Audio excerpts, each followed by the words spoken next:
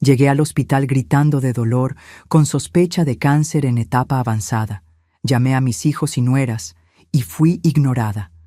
Mi hija respondió: «Respeta nuestras vacaciones en familia». Cuando llegaron al hotel, había un sobre con mi firma. «Me alegra tenerte aquí. Sigue mi historia hasta el final y comenta desde qué ciudad me estás viendo, así podré ver hasta dónde ha llegado mi historia». Mi nombre es Hermelinda García, tengo 69 años, y jamás pensé que llegaría el día en que mis propios hijos me abandonarían cuando más los necesitara. Pero ese jueves por la mañana, mientras me retorcía de dolor en el suelo de mi cocina, comprendí que había criado a 3 extraños que llevaban mi apellido. Todo comenzó con un dolor que me atravesó el abdomen, como si alguien hubiera encendido fuego dentro de mí. Era diferente a cualquier molestia que hubiera sentido antes, agudo, persistente y acompañado de una náusea que me dejó temblando contra los azulejos fríos del piso. Intenté levantarme 2 veces, pero mis piernas no respondían.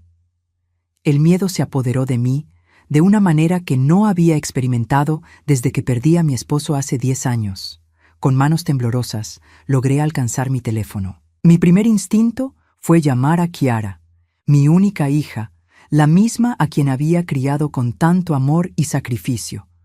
Sonó 1 vez, 2 veces, 3 veces antes de que contestara con esa voz irritada que últimamente usaba conmigo.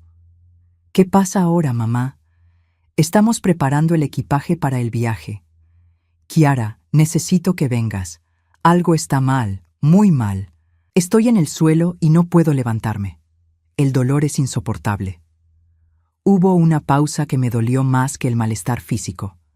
Pude escuchar risas de fondo, voces de mis nietos, el sonido de maletas arrastrándose. «Mamá, ya hablamos de esto. No podemos cancelar las vacaciones familiares que tanto planeamos. ¿No puedes llamar a una ambulancia o algo así?» Sus palabras me golpearon como un puño en el estómago. ¿Llamar a una ambulancia? ¿Así de simple era para ella deshacerse de mi urgencia? «Hija, por favor, creo que puede ser algo serio. Solo necesito que alguien me acompañe al hospital. Mamá, respeta nuestras vacaciones familiares. Los niños han estado esperando este viaje a Disney World durante meses. No vamos a arruinarlo por uno de tus dramas». La línea se cortó. Me quedé allí, tirada en el suelo, sosteniendo un teléfono silencioso mientras procesaba lo que acababa de escuchar. ¿Uno de mis dramas? ¿Así es como veía mi dolor? Marqué el número de Marcus, mi hijo mayor. Él siempre había sido más sensible, o al menos eso creía. Contestó al cuarto tono. «Hola, mamá. Estamos a punto de salir hacia el aeropuerto. Marcus, hijo, necesito ayuda. Estoy muy enferma y necesito ir al hospital». «¿En serio? ¿Justo ahora?» «Mamá, sabes que hemos estado planeando este viaje durante meses. Kiara ya pagó todo y los niños están súper emocionados. No te estoy pidiendo que canceles nada. Solo necesito que alguien me lleve al hospital y me acompañe. Mamá, ya tienes 69 años. Deberías tener un plan para estas emergencias. No puedes depender de nosotros para todo. Depender de ellos para todo». Las palabras resonaron en mi cabeza como ecos crueles. ¿Era eso lo que pensaba de mí? La mujer que había trabajado doble turno durante años para pagarle la universidad, que había cuidado a sus hijos cuando él y su esposa necesitaban tiempo libre, que había sido su red de seguridad financiera durante cada crisis. «Marcus, por favor». «Lo siento, mamá. Tenemos que irnos. Llama al 911 si realmente es una emergencia». Otra línea muerta, otra puñalada al corazón. Con las fuerzas que me quedaban, marqué a Daniel, mi hijo menor. Si alguien podría entender, sería él. Siempre había sido el más cercano a mí, o al menos eso había creído durante todos estos años. «Mamá, estamos literalmente subiendo al auto para ir al aeropuerto. Daniel, necesito ayuda urgente. Estoy muy enferma». «Ay, mamá, no puedes hacer esto ahora. Sabes lo importante que es este viaje para todos nosotros. Los niños, las reservas, todo está pagado». «Hijo, creo que puede ser cáncer». La palabra salió de mi boca antes de que pudiera detenerla. Era mi peor miedo, el fantasma que me había estado atormentando desde que comenzaron estos dolores extraños hace algunas semanas. Mamá, no digas esas cosas. Seguramente es solo estrés o algo que comiste. Cuando regresemos de las vacaciones, podemos llevarte al médico. ¿Cuando regresen? ¿Y si para entonces es demasiado tarde? Mamá, por favor, no seas dramática. Si fuera algo realmente serio, ya estarías en el hospital. Estoy tratando de llegar al hospital, pero necesito ayuda. Pide un Uber o llama a los paramédicos. Nosotros no podemos hacer nada ahora. La llamada terminó, y con ella algo dentro de mí se rompió para siempre. Allí estaba yo, en el suelo de mi cocina, rodeada del silencio más doloroso que había experimentado. Mis 3 hijos, las personas por las que había sacrificado todo, me habían abandonado en el momento más aterrador de mi vida, y lo habían hecho sin pensarlo 2 veces, como si mi dolor fuera un inconveniente menor comparado con sus vacaciones. Logré arrastrarme hasta el teléfono fijo y llamé al 911. Mi voz temblaba mientras explicaba la situación al operador.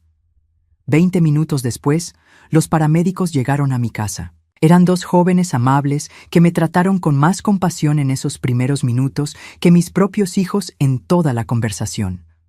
¿Hay algún familiar que pueda acompañarla al hospital?, preguntó uno de ellos mientras me ayudaban a subirme a la camilla. Miré hacia mi teléfono, pensando en mis hijos que en ese momento probablemente estaban facturando sus equipajes, emocionados por su viaje familiar del cual yo había sido excluida una vez más.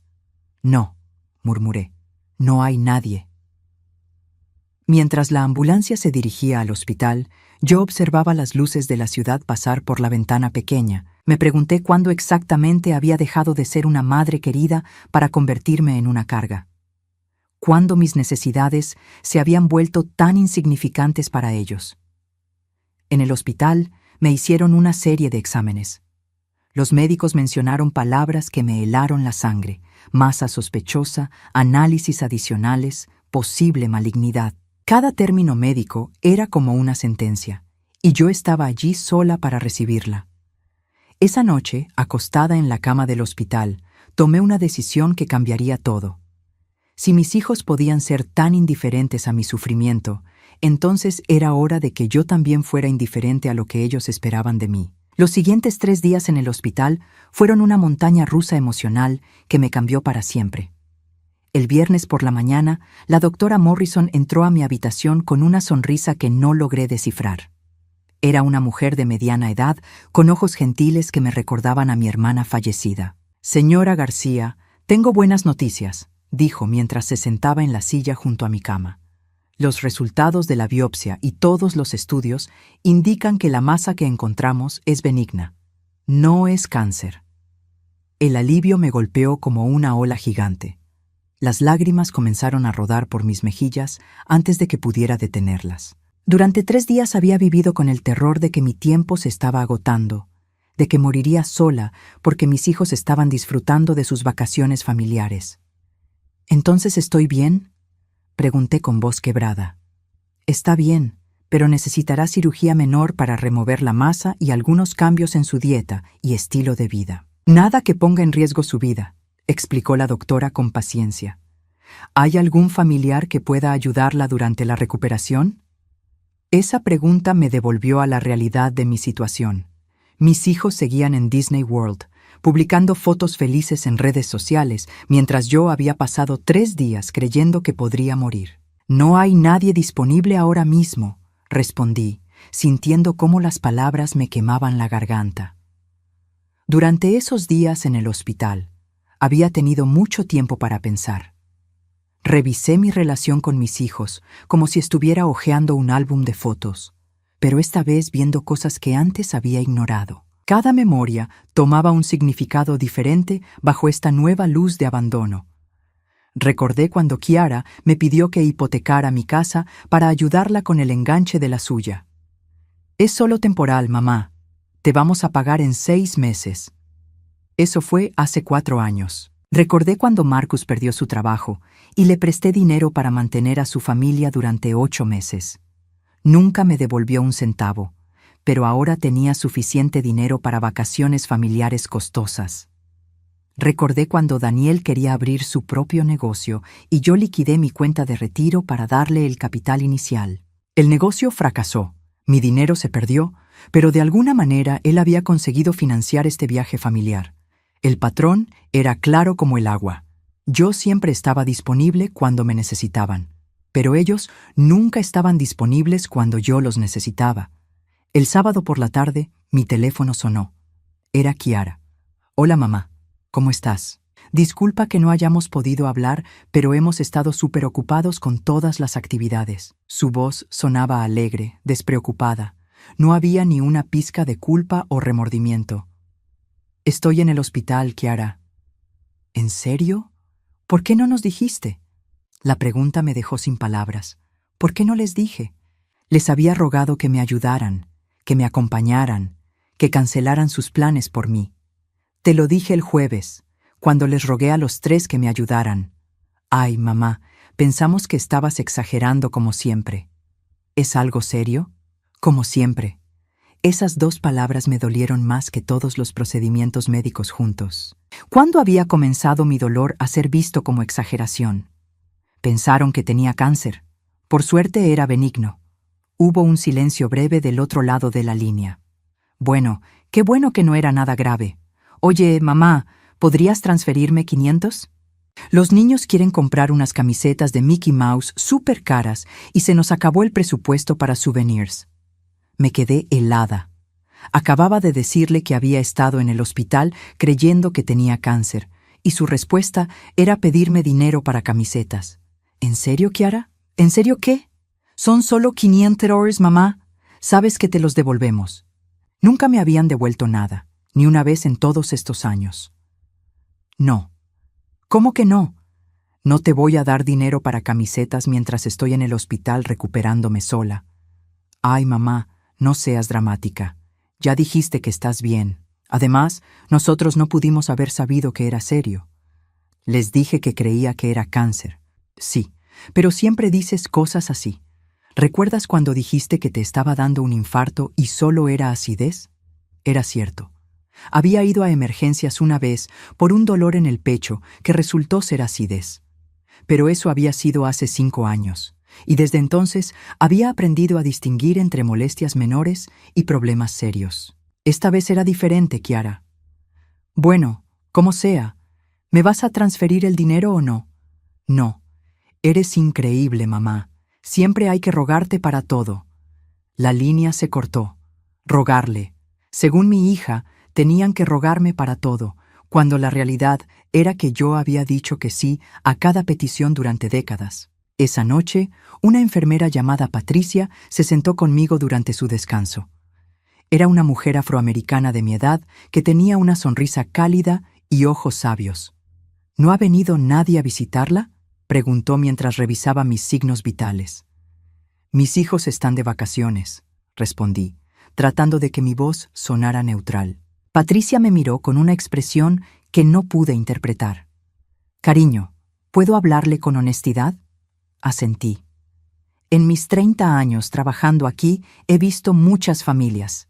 He visto hijos que duermen en el piso del hospital para no dejar solos a sus padres, y he visto hijos que no aparecen ni siquiera cuando sus padres están muriendo. Pero lo que más me rompe el corazón son los padres que hacen excusas por hijos que no se las merecen. Sus palabras me penetraron hasta los huesos. ¿Usted cree que estoy haciendo excusas? Cariño, usted me dijo que sus hijos están de vacaciones cuando les dijiste que creías que tenías cáncer. Eso no son vacaciones, eso es una elección. Esa noche no pude dormir. Las palabras de Patricia resonaban en mi cabeza. Una elección. Mis hijos habían elegido sus vacaciones sobre mi bienestar. Habían elegido las camisetas de Mickey Mouse sobre mi recuperación. Habían elegido todo excepto a mí. El domingo por la mañana, mientras esperaba los papeles para el alta médica, tomé una decisión que había estado gestándose durante estos 3 días de soledad y reflexión. Era hora de que yo también hiciera una elección.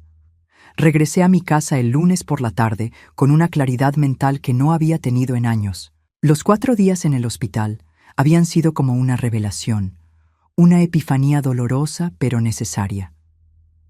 Mientras cerraba la puerta de mi casa y me quedaba sola en el silencio familiar, sentí algo que no había experimentado en décadas: determinación. Mi casa se veía exactamente igual que cuando me fui en la ambulancia, pero yo ya no era la misma mujer. Caminé lentamente por los pasillos, observando cada fotografía familiar con ojos nuevos. Ahí estaba Kiara en su graduación universitaria, pagada completamente por mí. Marcus en su boda, celebrada en el jardín de mi casa, porque ellos no podían costear el lugar que querían. Daniel con sus hijos en la Navidad pasada, cuando yo había comprado todos los regalos porque él estaba pasando por una mala racha económica. En cada imagen, yo sonreía orgullosa, feliz de poder ayudar, de ser la madre que siempre estaba ahí para sus hijos.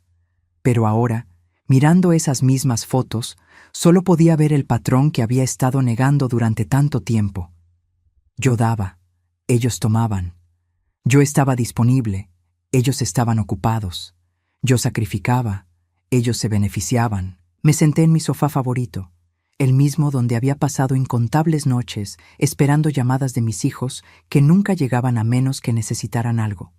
Saqué mi libreta personal, esa en la que había estado anotando gastos familiares durante años, pensando que algún día mis hijos me devolverían lo que les había prestado. Las cifras me golpearon como una bofetada fría.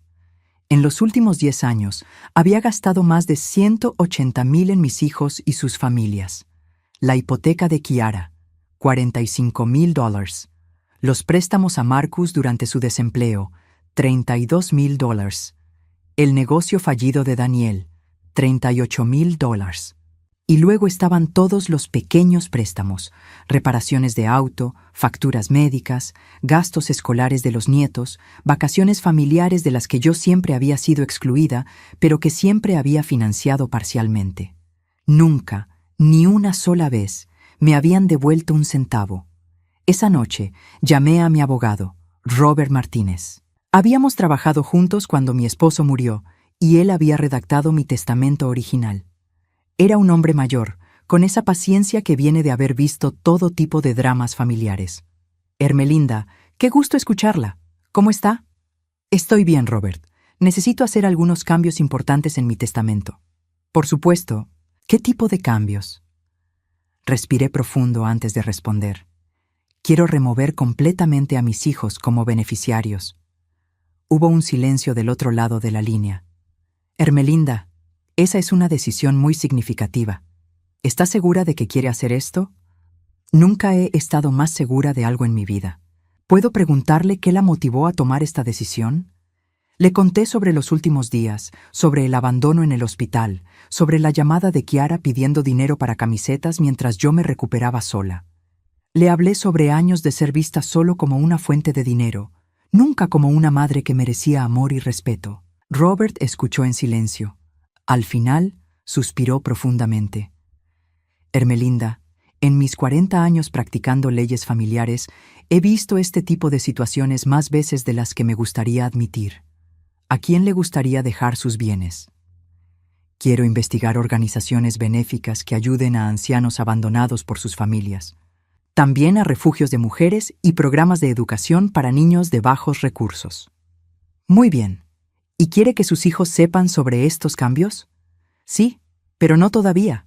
Tengo algo planeado. Durante las siguientes 2 semanas, mientras mis hijos seguían enviándome fotos de sus vacaciones familiares, yo trabajé silenciosamente en mi plan. Robert y yo revisamos diferentes organizaciones benéficas. Encontramos 3 que resonaron profundamente conmigo. Golden Years Support, que ayudaba a ancianos en situaciones de abandono familiar. Second Chances, un refugio para mujeres víctimas de violencia doméstica. Y Future Leaders, que proporcionaba becas educativas a niños de familias de bajos recursos. También comencé a escribir las cartas, una para cada uno de mis hijos. No cartas de despedida, sino cartas de explicación. Cartas donde finalmente podría decir todo lo que había callado durante años por mantener la paz familiar. La carta para Kiara fue la más difícil de escribir. Mi querida Kiara, para cuando leas esta carta, ya sabrás que he cambiado mi testamento completamente.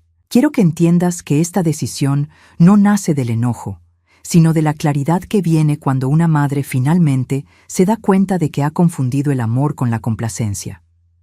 Durante 43 años, desde el día que naciste, creí que ser una buena madre significaba decir sí a todo, estar disponible siempre, sacrificar mis necesidades por las tuyas. Creí que si te daba todo lo que pedías, me amarías y me respetarías.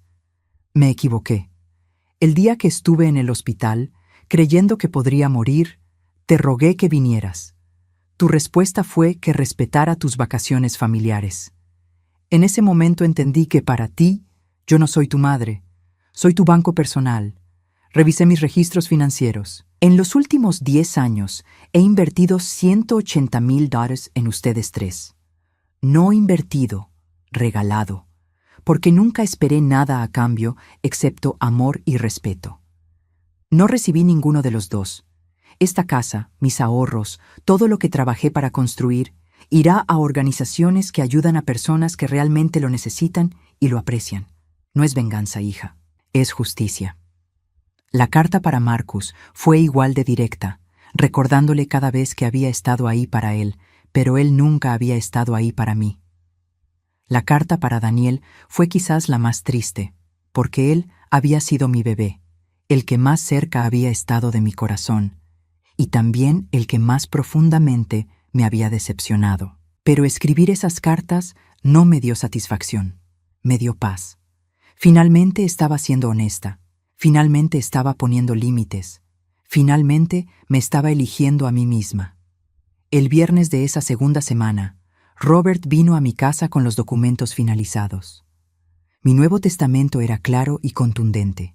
Mis 3 hijos no recibían nada. Todo iba a las organizaciones benéficas que habíamos seleccionado, junto con cartas explicando por qué había elegido apoyar su trabajo. ¿Está completamente segura, Hermelinda?, preguntó Robert una última vez antes de que firmara. Robert, por primera vez en décadas, estoy segura de algo que estoy haciendo por mí misma, no por mis hijos. Firmé los documentos con mano firme. Cada firma se sintió como una liberación, como si estuviera firmando mi propia declaración de independencia. Esa noche, preparé 3 sobres idénticos.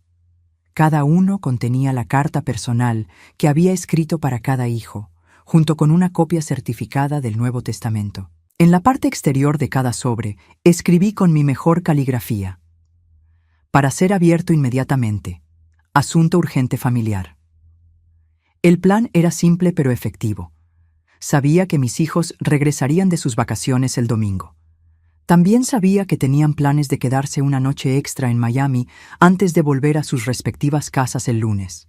Habían publicado sobre la noche de celebración familiar que tenían planeada en un hotel elegante del centro de Miami.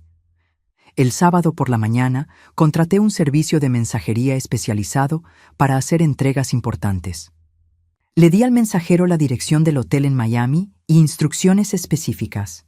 Los sobres debían ser entregados directamente a Kiara, Marcus y Daniel García respectivamente, el domingo por la tarde, durante su celebración familiar.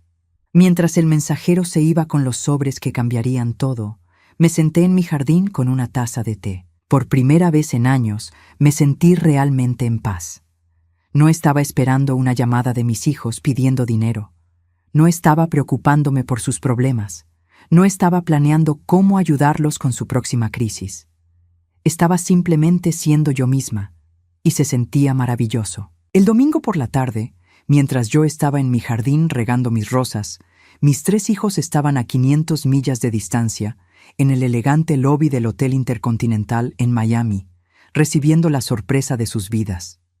Según me contó después el mensajero cuando confirmó la entrega, ellos estaban celebrando en grande. Kiara llevaba un vestido nuevo que probablemente había comprado con la tarjeta de crédito que yo pagaba.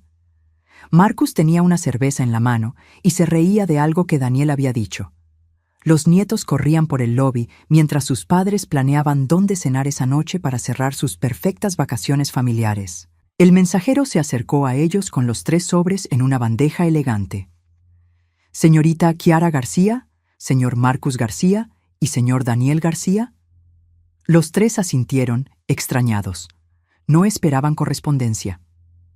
Tengo entregas urgentes para ustedes de parte de la señora Hermelinda García. Kiara fue la primera en tomar su sobre. Sus cejas se fruncieron al ver mi letra cuidadosa en el exterior. Para ser abierto inmediatamente. Asunto urgente familiar. ¿Qué será esto?, murmuró Marcus, tomando su sobre. Daniel agarró el suyo con curiosidad. Mamá está siendo dramática otra vez. Los tres abrieron sus sobres casi al mismo tiempo. El lobby bullicioso del hotel continuaba con su actividad normal mientras mis hijos leían las palabras que habían estado esperando escribir durante años. Según Kiara me contó después, en una de sus llamadas histéricas, ella fue la primera en llegar a la parte del testamento. Su cara se puso pálida como papel. ¿Qué dice el tuyo?, me preguntó Marcus, notando la expresión de su hermana. Creo que mamá se volvió loca, susurró Kiara con voz temblorosa. Dice que cambió su testamento y que no vamos a heredar nada. Marcus leyó más rápido, saltándose párrafos hasta llegar a la misma información.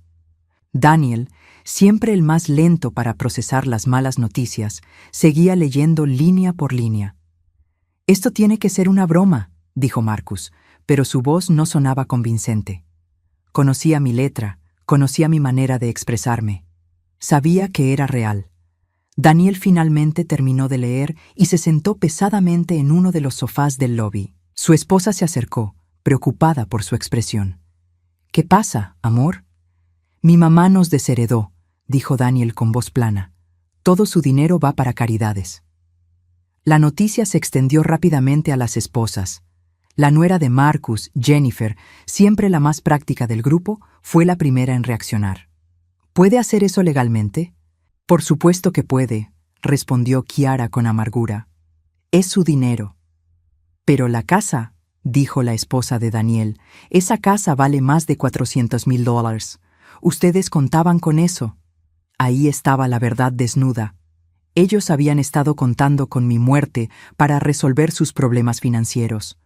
Habían hecho planes basándose en mi herencia como si fuera dinero que ya tenían en el banco. Kiara volvió a leer mi carta, esta vez más cuidadosamente. Con cada párrafo, su cara se ponía más roja de vergüenza y rabia. Ella dice que somos unos aprovechados, murmuró, que solo la vemos como un banco personal. ¿Es mentira?, preguntó Jennifer con esa franqueza brutal que siempre había caracterizado a mi nuera. Marcus la miró molesto. Siempre ayudamos a mamá cuando necesita algo. ¿Cuándo fue la última vez que la ayudaron con algo?, insistió Jennifer. Y no me refiero a visitarla cuando necesitan dinero. ¿Cuándo fue la última vez que se preocuparon por ella sin tener una agenda? El silencio que siguió fue elocuente. Daniel fue el primero en intentar llamarme. Mi teléfono sonó a las 4:30 de la tarde. Yo estaba preparando mi cena dominical, disfrutando de la tranquilidad de saber que había hecho lo correcto. Mamá, ¿qué carajo es esto? Era la primera vez que escuchaba a Daniel usar esa palabra conmigo. Su voz estaba cargada de pánico y rabia. Hola, Daniel. Veo que recibiste mi carta. ¿Estás loca? ¿Vas a darnos todo tu dinero a extraños? No son extraños. Son organizaciones que ayudan a personas que realmente lo necesitan. Nosotros lo necesitamos. Somos tu familia. ¿En serio? ¿Cuándo fueron familia para mí cuando estaba en el hospital? Mamá, ya hablamos de eso. No podíamos cancelar las vacaciones. Exacto, no pudieron. Esa es la diferencia entre nosotros, Daniel. Yo siempre pude cancelar mis planes por ustedes, pero ustedes nunca pudieron cancelar los suyos por mí. Mamá, por favor, esto es ridículo. Estás castigando a tus nietos por algo que... No estoy castigando a nadie. Estoy premiando a organizaciones que hacen el trabajo que mis propios hijos se han negado a hacer. Cuidar de los que lo necesitan. Daniel colgó. 5 minutos después, Kiara llamó. Mamá, necesitamos hablar. Esto es irracional. Hola, Kiara. ¿Cómo estuvo el resto de tus vacaciones familiares? No cambies el tema. ¿Qué es esta locura del testamento? ¿Locura? ¿Te parece loco que una madre decida dejar su dinero a quienes realmente lo apreciarán? Somos tus hijos. Sí, y por eso duele tanto más que me hayan abandonado cuando más los necesitaba. No te abandonamos, solo fuimos de vacaciones. Kiara, cuando te dije que creía que tenía cáncer, tu respuesta fue pedirme que respetara tus vacaciones. Cuando estaba en el hospital, tu primera llamada fue para pedirme $500 para camisetas. Eso es diferente. No, hija, eso es exactamente el problema. Para ustedes, yo siempre soy diferente, menos importante, menos prioritaria. Mamá, si cambias de opinión sobre esto, nosotros podemos. ¿Pueden qué? ¿Visitarme más seguido? ¿Llamarme cuando no necesiten dinero? ¿Incluirme en sus vacaciones familiares? Kiara se quedó callada porque sabíamos las dos que eran promesas vacías. 30 años de patrón no se cambian por un testamento. Los nietos van a sufrir por esto, dijo finalmente, jugando su última carta. Los nietos van a aprender que el dinero no se hereda automáticamente. Van a aprender a trabajar por lo que quieren. Les estoy dando un mejor regalo del que creen. Marcus llamó esa noche a las 9 p.m. Su enfoque fue diferente, más calculador. Mamá, entiendo que estés molesta, pero esto va a afectar a mucha gente. Jennifer está embarazada otra vez. Vamos a necesitar una casa más grande. Felicidades por el embarazo, Marcus. Espero que planeen financieramente para esa responsabilidad. Mamá, contábamos con la herencia para... Ahí está el problema, hijo. Contaban con mi muerte como su plan financiero. No es así. ¿No? Entonces dime, ¿cuándo fue la última vez que me invitaron a una reunión familiar donde no necesitaran algo de mí? Marcus no pudo responder porque no había ninguna. Mamá, podemos arreglar esto. Podemos ser mejores hijos. Marcus, tienes 44 años. Si no has aprendido a ser un buen hijo en 4 décadas, no va a pasar ahora porque cambié mi testamento. Por favor, reconsidéralo. Ya lo reconsideré durante 3 días en un hospital, mientras ustedes publicaban fotos felices en redes sociales. Mi decisión es final. Esa noche apagué mi teléfono y me preparé un baño caliente. En el agua tibia, reflexioné sobre las conversaciones del día. No había sentido satisfacción maliciosa al escuchar su pánico. Había sentido tristeza por el tiempo perdido, por la relación que podríamos haber tenido si ellos hubieran elegido verme como una madre, en lugar de como una máquina dispensadora de dinero. Pero también había sentido algo más: alivio. Por primera vez en décadas, no era responsable de resolver los problemas financieros de mis hijos. No tenía que preocuparme por sus deudas, sus malas decisiones, sus crisis autoimpuestas. Era libre, y esa libertad se sentía mejor de lo que había imaginado. Los siguientes 2 meses fueron una guerra silenciosa que mis hijos libraron contra mi decisión, y cada batalla solo confirmó que había hecho lo correcto. Regresaron de Miami como soldados derrotados, pero no se rindieron. En su lugar, desplegaron cada táctica manipulativa que habían perfeccionado durante décadas de conseguir lo que querían de mí. La primera fase fue la negación colectiva. Los 3 aparecieron en mi puerta el martes por la mañana, después de haber pasado el lunes planeando su estrategia. Yo estaba desayunando tranquilamente en mi cocina cuando escuché sus voces en el porche delantero. «Mamá, abre la puerta. Necesitamos hablar», gritó Kiara con esa voz autoritaria que usaba cuando quería que las cosas se hicieran a su manera. Abrí la puerta y los encontré a los 3 parados ahí como un tribunal familiar. Kiara tenía los brazos cruzados, Marcus se veía agotado y Daniel parecía a punto de llorar. «Entra», dije simplemente, dirigiéndome de vuelta a la cocina. Se sentaron alrededor de mi mesa de comedor, la misma mesa donde habíamos tenido incontables cenas familiares, donde habían hecho su tarea de niños, donde habían traído a sus propios hijos para las celebraciones. Pero esta vez, el ambiente era tenso como una cuerda de guitarra a punto de romperse. «Mamá», comenzó Marcus, usando su voz de hijo responsable, «hemos estado hablando y creemos que tomaste esta decisión mientras estabas emocionalmente alterada por el susto médico». «¿Emocionalmente alterada?», repetí, sirviendo mi café con manos perfectamente estables. «Nunca he estado más clara en mi vida». «Pero mamá», intervino Daniel, Esto va a destruir la familia. ¿Qué familia, Daniel? ¿La familia que me abandonó en el hospital? ¿La familia que me llama solo cuando necesita dinero? Kiara se inclinó hacia adelante, sus ojos brillando con lágrimas que no sabía si eran reales o calculadas. Mamá, sabemos que cometimos errores, pero todos los padres e hijos tienen problemas. Eso no significa que tengas que castigarnos de esta manera. No los estoy castigando, estoy liberándome. ¿Liberándote de qué?, preguntó Marcus con frustración. De la responsabilidad de financiar sus vidas mientras ustedes me tratan como una extraña. Marcus se frotó la frente. Mamá, si necesitas que vengamos más seguido, podemos hacer eso. ¿Necesito que vengan más seguido? Marcus, no deberían venir porque necesito algo. Deberían venir porque quieren estar conmigo. Queremos estar contigo, exclamó Kiara. Por eso estamos aquí. Están aquí porque cambié mi testamento, cuando fue la última vez que vinieron los tres juntos, cuando no había una crisis financiera de por medio. Los tres se quedaron callados, porque no podían recordar una sola vez. Exacto, continué. Esta es la primera vez en años que los tres están en mi casa al mismo tiempo, y es porque su herencia está en peligro. Daniel comenzó a llorar de verdad. Mamá, no puedes hacer esto. Los niños cuentan con el dinero para la universidad.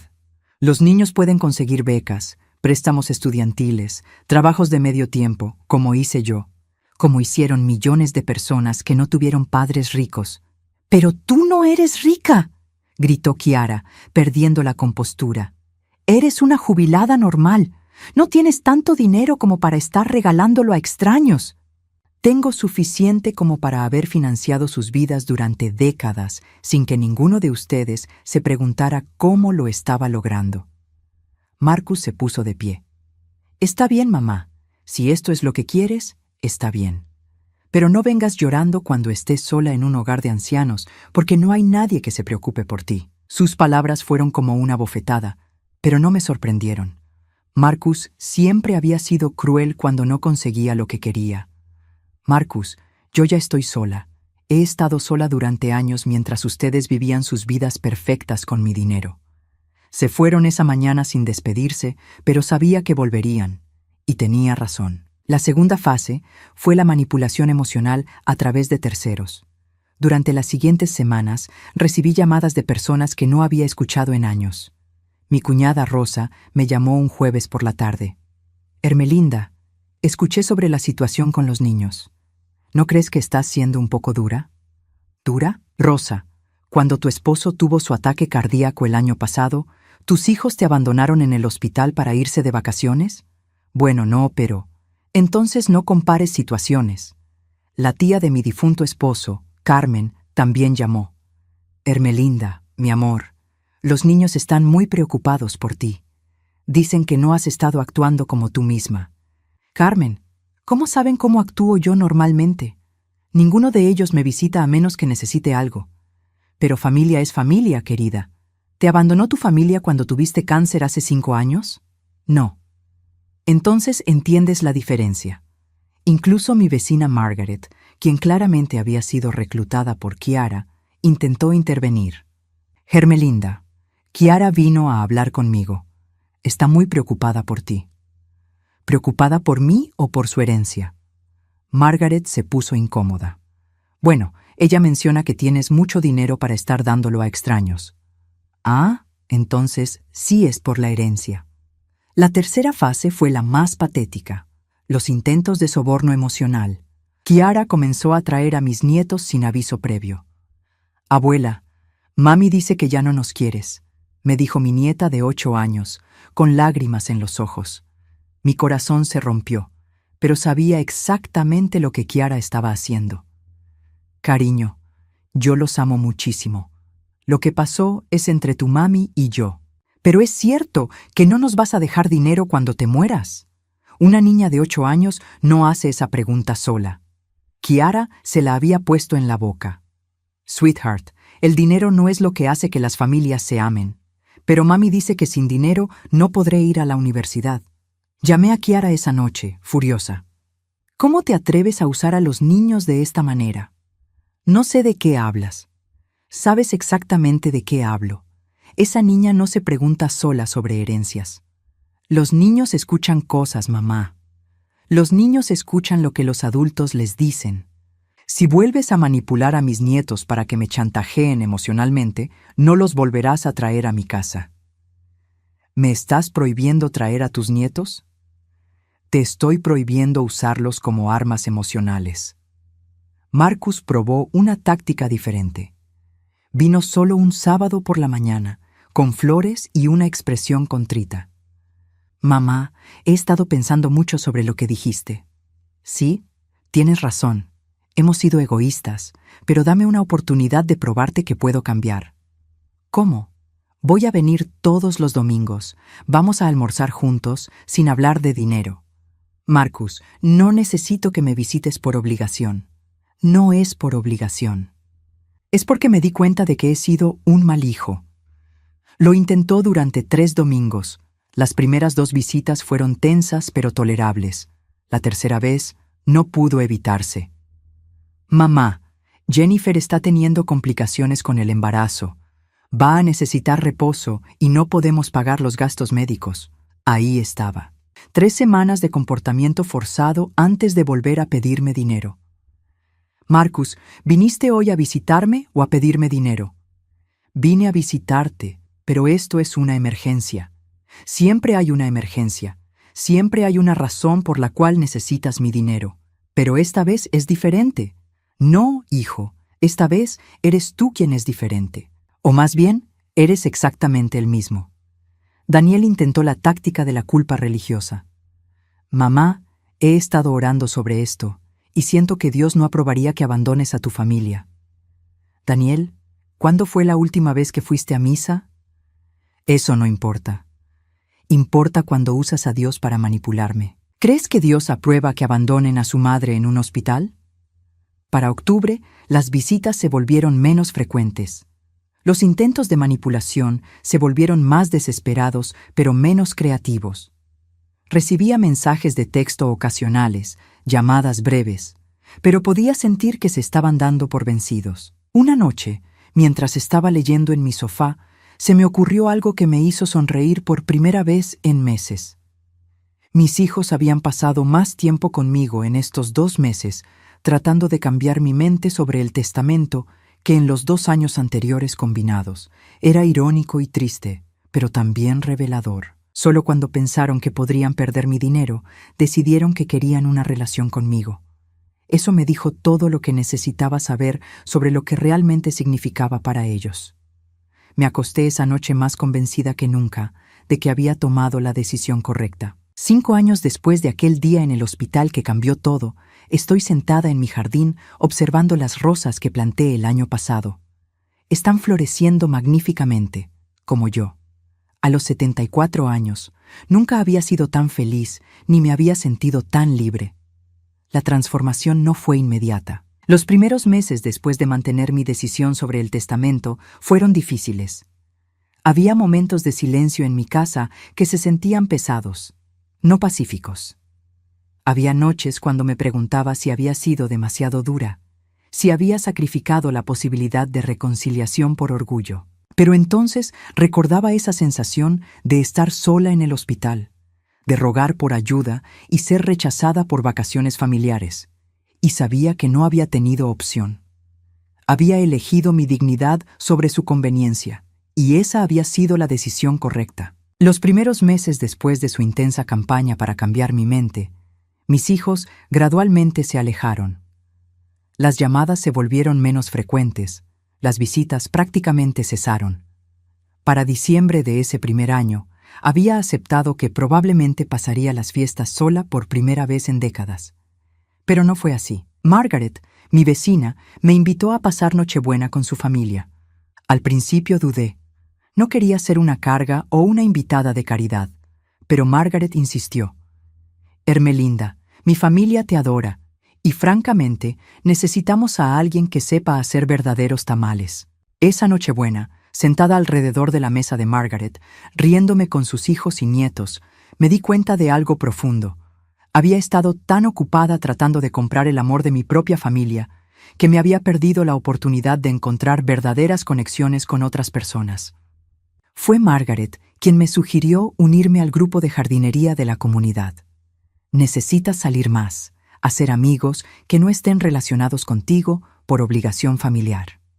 Tenía razón. En el grupo de jardinería conocí a Elena, una viuda de 67 años que se había divorciado de sus hijos adultos por razones similares a las mías. Conocí a Patricia, la enfermera jubilada que había perdido a su único hijo en la guerra, pero había encontrado propósito ayudando a otros.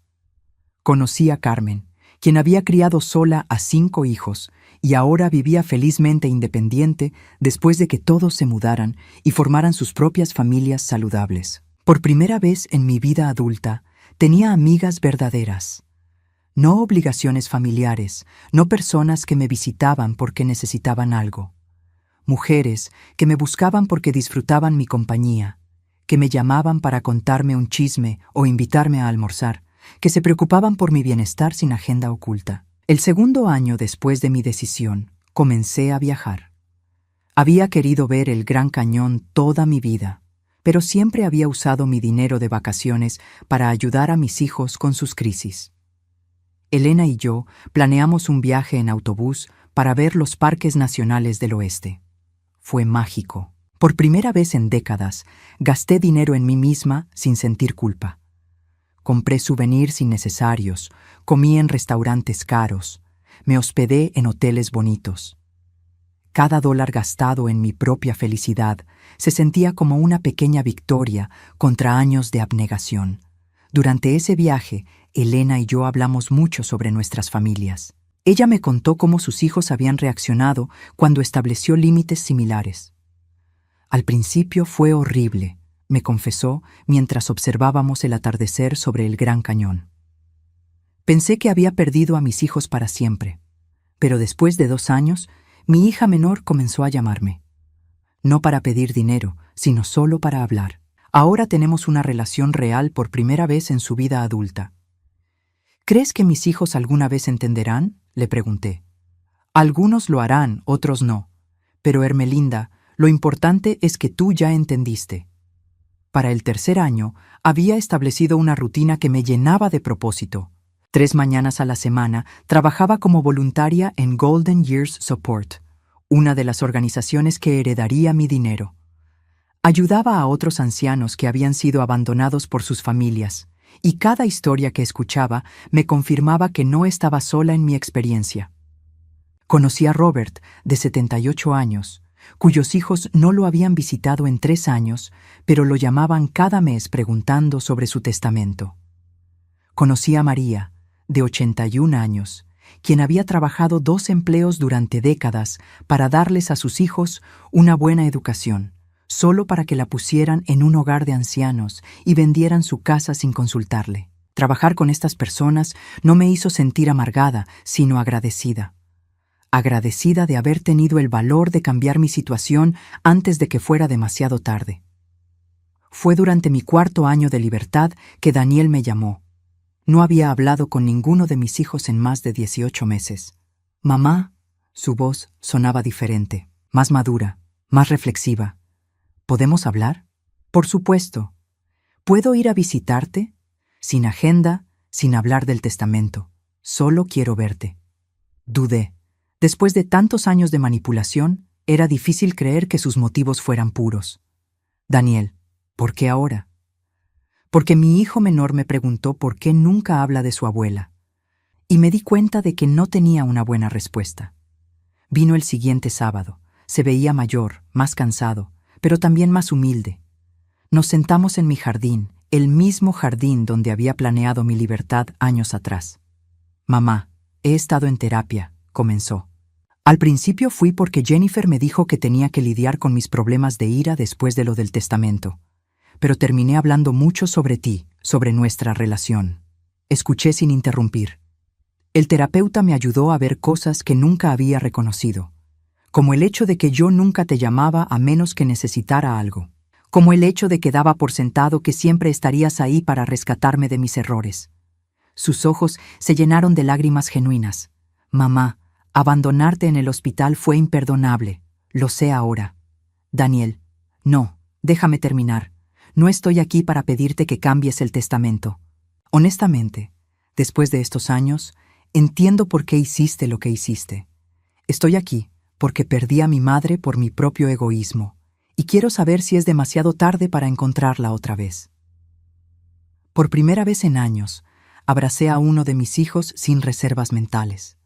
No porque me necesitara, sino porque finalmente me veía. Daniel comenzó a visitarme regularmente. No todos los domingos con la puntualidad forzada que Marcus había intentado, sino de manera natural, espontánea. Trajo a sus hijos para que conocieran a su abuela como persona, no como fuente de dinero. Marcus eventualmente también hizo las paces conmigo, aunque le tomó más tiempo. Su orgullo era más grande que el de Daniel, y admitir que había estado equivocado durante décadas fue más difícil para él. Pero cuando Jennifer tuvo complicaciones serias durante su tercer embarazo, él vino a mi casa no a pedir dinero, sino a pedir consejo emocional. «Mamá, estoy asustado», me confesó. «No sé cómo ser fuerte para ella». ¿Veis? Fue en ese momento de vulnerabilidad real que comenzamos a reconstruir nuestra relación. No basada en dinero o conveniencia, sino en amor genuino. Kiara fue diferente. Ella nunca pudo aceptar que sus acciones habían tenido consecuencias. Intentó acercarse a mí varias veces durante estos años, pero siempre era cuando necesitaba algo: dinero para reparaciones de la casa, ayuda con las colegiaturas de los niños, apoyo durante su divorcio. Cada vez que la rechazaba gentilmente, ella se alejaba enojada, incapaz de entender que una relación no podía construirse sobre necesidad unilateral. Hace 6 meses, Kiara hizo un último intento. Vino a mi casa con mis nietos, ahora adolescentes. «Mamá, los niños quieren conocerte mejor», dijo, usando la misma táctica que había usado años atrás. Pero esta vez, mis nietos eran lo suficientemente grandes para hablar por sí mismos. «Abuela», me dijo mi nieta de 16 años, «mamá nos ha contado su versión de lo que pasó entre ustedes, pero queremos escuchar la tuya». Les conté la verdad, no para ponerlos contra su madre, sino para que entendieran que las relaciones familiares requieren esfuerzo de ambas partes. Mi nieto mayor, de 18 años, asintió pensativamente. «Abuela, cuando cumplas 80, queremos hacer una fiesta para ti. ¿Nos dejarías planearla?» «Por supuesto», respondí, mi corazón llenándose de esperanza de que tal vez, con la siguiente generación, podríamos romper el ciclo. Ahora, mientras escribo esto en mi jardín, rodeada de las rosas que planté con mis propias manos en la tierra que es completamente mía, me siento en paz de una manera que nunca creí posible. Mi testamento permanece sin cambios. Mis bienes irán a las organizaciones que he llegado a conocer y amar a través de mi trabajo voluntario. Pero he ganado algo más valioso que cualquier herencia: relaciones auténticas con 2 de mis 3 hijos, conexiones reales con mis nietos, amistades profundas con mujeres extraordinarias y, sobre todo, respeto propio. No todos los días son perfectos. Hay momentos de soledad, especialmente durante las fiestas, cuando veo familias grandes reunirse, pero ya no es la soledad desesperante de ser ignorada por personas que deberían amarme. Es la soledad elegida de alguien que prefiere estar sola que mal acompañada. La decisión que tomé en esa cama de hospital hace 5 años no fue sobre dinero. Fue sobre dignidad. Y cada día que vivo con esa dignidad intacta, confirmo que fue la decisión correcta. Mis hijos finalmente aprendieron que una madre no es un banco, y yo finalmente aprendí que no tengo que comprar amor para merecerlo.